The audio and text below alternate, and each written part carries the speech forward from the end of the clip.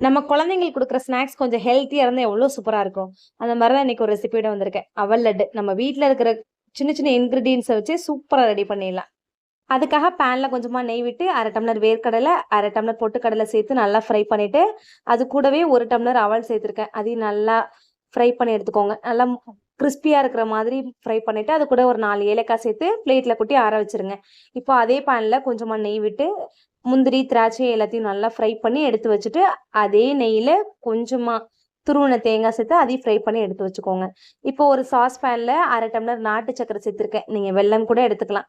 அதுக்கு கொஞ்சமா தண்ணி விட்டு நல்லா கரைச்சு எடுத்துக்கிட்டா போதும். எந்த பாகு கன்சிஸ்டன்சியும் தேவையில்ல. இப்போ நம்ம ஆற வச்சிருக்க அவல் எல்லாத்தையும் மிக்ஸி ஜார்ல சேர்த்துட்டு, கொஞ்சம் கொர கொரப்பா அரைச்சு எடுத்துக்க வேண்டியதான். அரைச்ச பவுடர அப்படியே பிளேட்டுக்கு ட்ரான்ஸ்ஃபர் பண்ணிட்டு, நம்ம ஃப்ரை பண்ணி வச்சிருந்த எல்லாத்தையும் அது கூடவே சேர்த்து, நம்ப காய்ச்சி எடுத்து வச்சிருந்தோம் இல்லையா பாகு, அதையும் அது கூடவே சேர்த்து நல்லா மிக்ஸ் பண்ணி விட்டுக்கோங்க. சூடு ஆறுற அளவுக்கு நல்லா மிக்ஸ் பண்ணி விட்டுட்டு, ஆறுனதுக்கு அப்புறமா கையால பெசஞ்சு லைட்டா நெய் தடவி, குட்டி குட்டி லட்டு மாரி எடுத்தோம்னா, சூப்பரான அவல் லட்டு ரெடி ஆயிடும். செம்ம டேஸ்டியா இருக்கும். குழந்தைங்களுக்கு கொஞ்சம் ஹெல்த்தியான ஸ்நாக்ஸ் குடுக்கும்போது நம்மளுக்கு ஒரு சாட்டிஸ்ஃபிகேஷன். நீங்களும் ட்ரை பண்ணி பார்த்துட்டு மறக்காம கமெண்ட்ல சொல்லுங்க. புடிச்சிருந்தா லைக் பண்ணி, ஷேர் பண்ணி, சப்ஸ்கிரைப் பண்ணுங்க. தேங்க் யூ ஃபார் வாட்சிங்.